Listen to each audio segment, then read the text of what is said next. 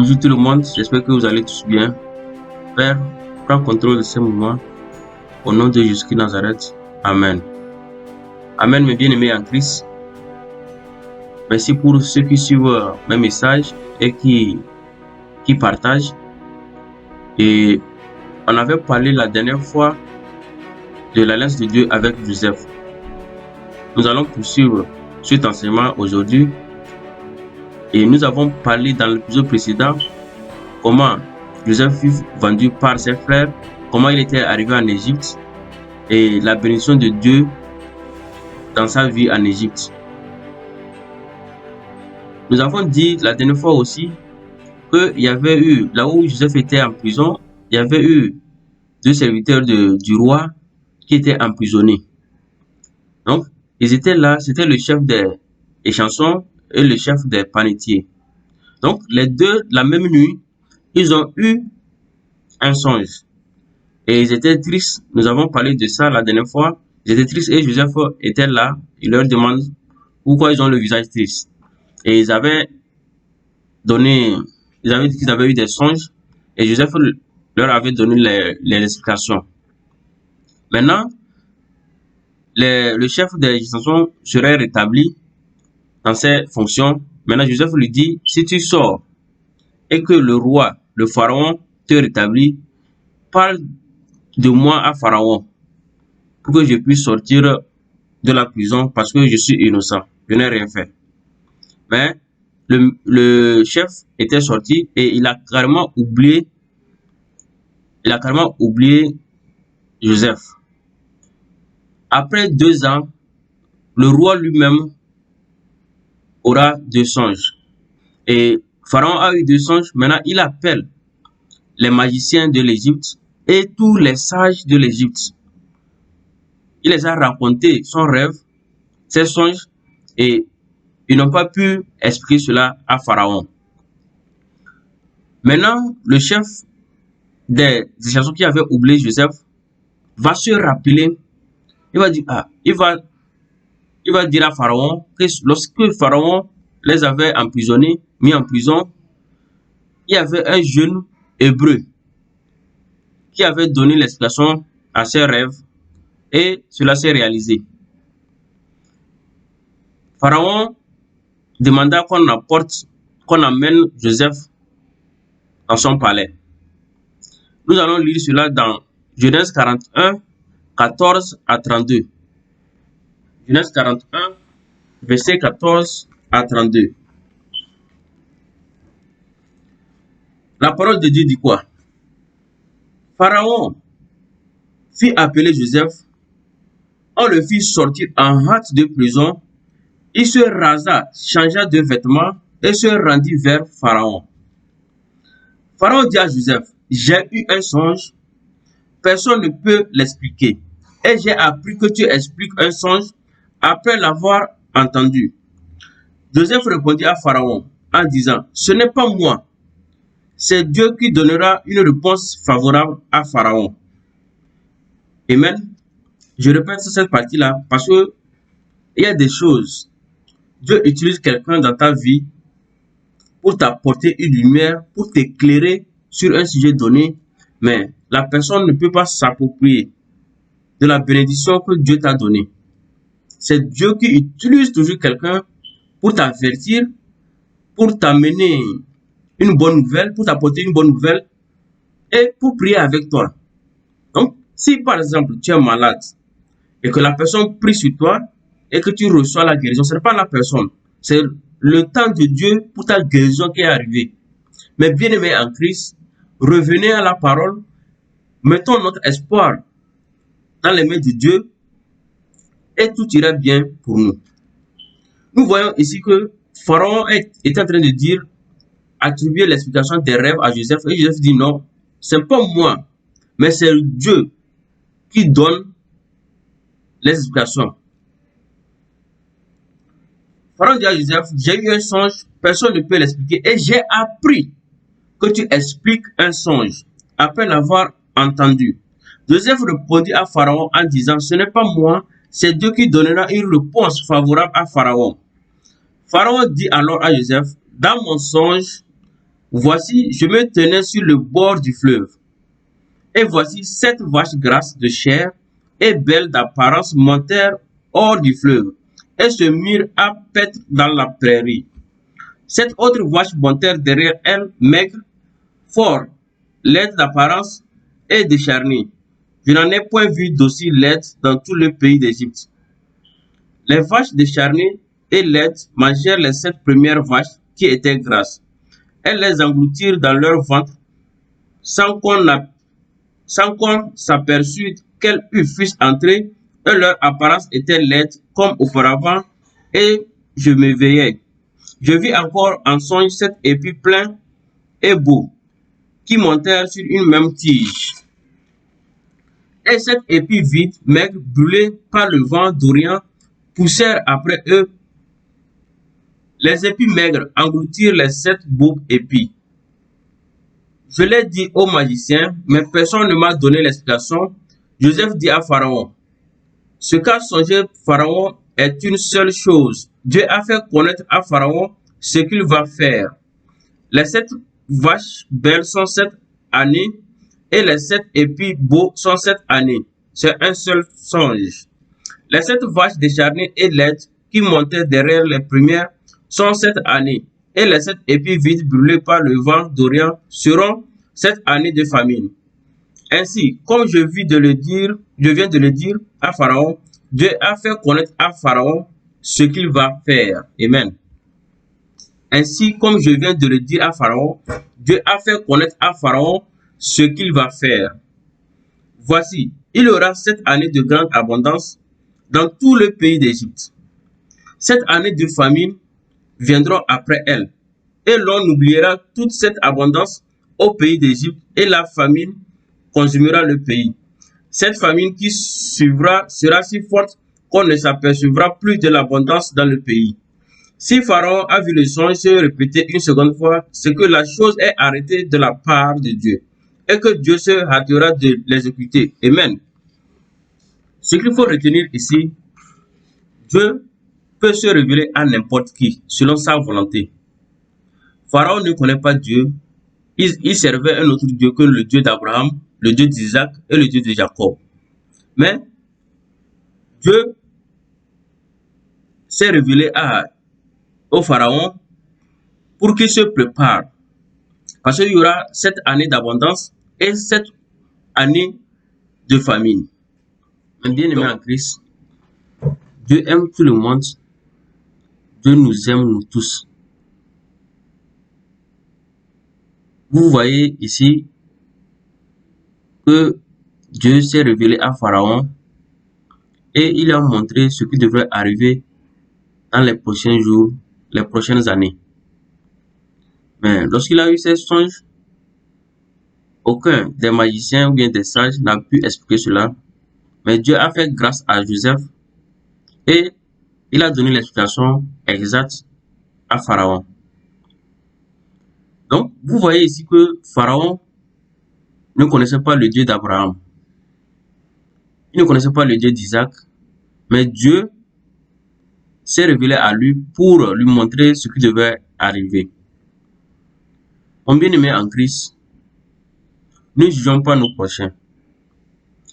Si tu vois quelqu'un qui vit dans le désordre, si tu peux lui prêcher la parole, lui dire la vérité, c'est mieux. Mais dire que Dieu t'aime plus qu'une personne qui vit dans le désordre, ce n'est pas digne d'un homme de Dieu, ce n'est pas digne d'un enfant de Dieu. On doit évangéliser, prêcher la bonne nouvelle. Vous voyez ici que Dieu s'est manifesté, s'est révélé au Pharaon. Et Joseph a donné l'explication. Et il y aura 7 années d'abondance et 7 années de famine. Maintenant, après l'explication du songe du Pharaon, Joseph propose maintenant une solution, selon la sagesse qu'il lui avait donnée de la part de Dieu.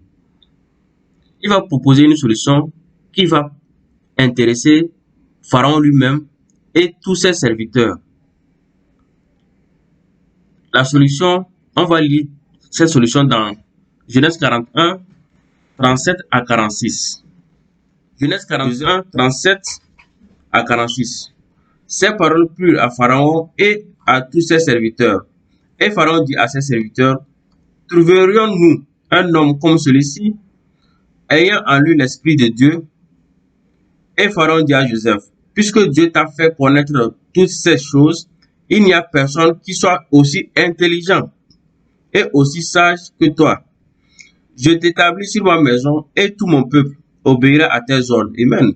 Le trône seul m'élèvera au-dessus de toi. Wow. Quelle bénédiction. Celui qui était arrivé en Égypte comme esclave, emprisonné, maintenant, c'est à lui qu'on donne l'autorité de diriger tout le pays d'Égypte, mais sauf le trône du pharaon. Donc, Joseph va prendre contrôle de tout le pays. Tout ce qu'il dira serait exécuté. Je t'établis sur ma maison et tout mon peuple obéira à tes ordres. Le trône seul m'élèvera au-dessus de toi. Pharaon dit à Joseph, vois, je te donne le commandement de tout le pays d'Égypte. Pharaon ôta son anneau de la main et le mit à la main de Joseph et il le revêtit d'habits de fin lin et lui mit un collier d'or au cou. Il le fit monter sur le char qui suivait le sien et l'on criait devant lui à genoux. C'est ainsi que Pharaon lui donna le commandement de tout le pays d'Égypte. Il dit encore à Joseph, je suis Pharaon et sans toi, personne ne lèvera la main ni le pied dans tout le pays d'Égypte. Comme notre Seigneur Jésus-Christ de Nazareth, Joseph aussi avait 30 ans lorsqu'il se présenta devant Pharaon. Donc lorsqu'il a pris le contrôle de l'Égypte, il avait 30 ans. Donc, le Seigneur Jésus aussi avait 30 ans lorsqu'il a commencé son ministère. Nous voyons cela dans Luc 3, 23. Pour terminer, tout ce que Joseph avait expliqué s'est réalisé les 7 années d'abondance et les 7 années de famine. Joseph épousa Asnaph, la fille du prêtre d'On, et ils eurent 2 enfants, le premier Manassé et le second Ephraïm. Les 7 années d'abondance passèrent et les 7 années de famine commencèrent. Et c'est en ce temps de famine que les frères de Joseph étaient arrivés en Égypte pour acheter du blé. La suite de l'histoire, Joseph s'est réconcilié avec ses frères, les a ensuite donné la nourriture et toute la famille de Joseph s'établissent en Égypte. Genèse 46, 1 à 7. On va lire ça. Genèse 46, 1 à 7. Israël, c'est-à-dire Jacob, partit avec tout ce qui lui appartenait. Il arriva à Beersheba et il offrit des sacrifices au Dieu de son père Isaac. Dieu parla à Israël dans une vision pendant la nuit et il dit, Jacob, Jacob. Israël répondit, me voici. Et Dieu dit, je suis le Dieu de ton père. Ne crains point de descendre en Égypte, car là je te ferai devenir une grande nation. Moi-même je descendrai avec toi en Égypte, et moi-même je t'en ferai remonter. Et Joseph te fermera les yeux. Jacob quitta Beersheba, et les fils d'Israël mirent Jacob leur père avec leurs enfants et leurs femmes sur les chars que Pharaon avait envoyés pour les transporter. Ils prirent aussi leurs troupeaux et les biens qu'ils avaient acquis dans le pays de Canaan. Et Jacob se rendit en Égypte avec toute sa famille. Il amena avec lui en Égypte ses fils et les fils de ses fils, ses filles et les filles de ses fils et toute sa famille. Amen. Wow. Pour résumer cet enseignement concernant l'alliance de Dieu avec Joseph, les frères ont vendu Joseph.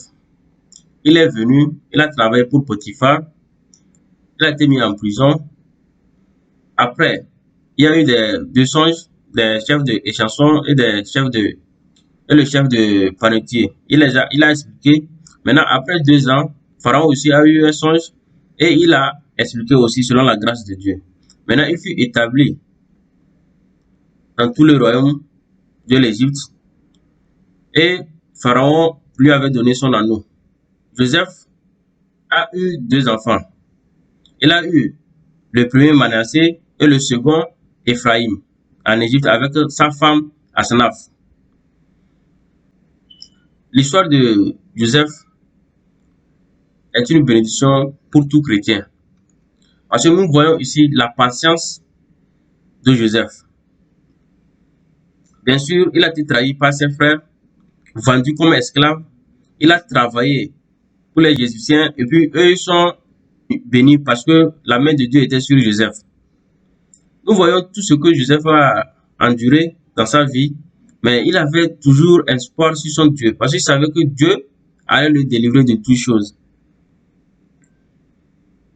En bien-aimé en Christ, nous devons être patients envers Dieu parce que tout ce que Dieu programme, tous les plans de Dieu, ça va s'accomplir. L'homme est toujours quelqu'un qui est toujours pressé.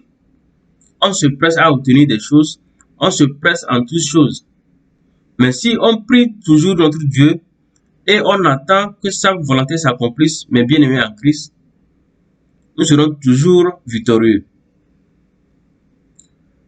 Si Joseph avait crié, s'il avait dit que non, chez mon père, j'étais heureux, ils m'ont vendu, maintenant je souffre ici, il se lamentait tout le temps.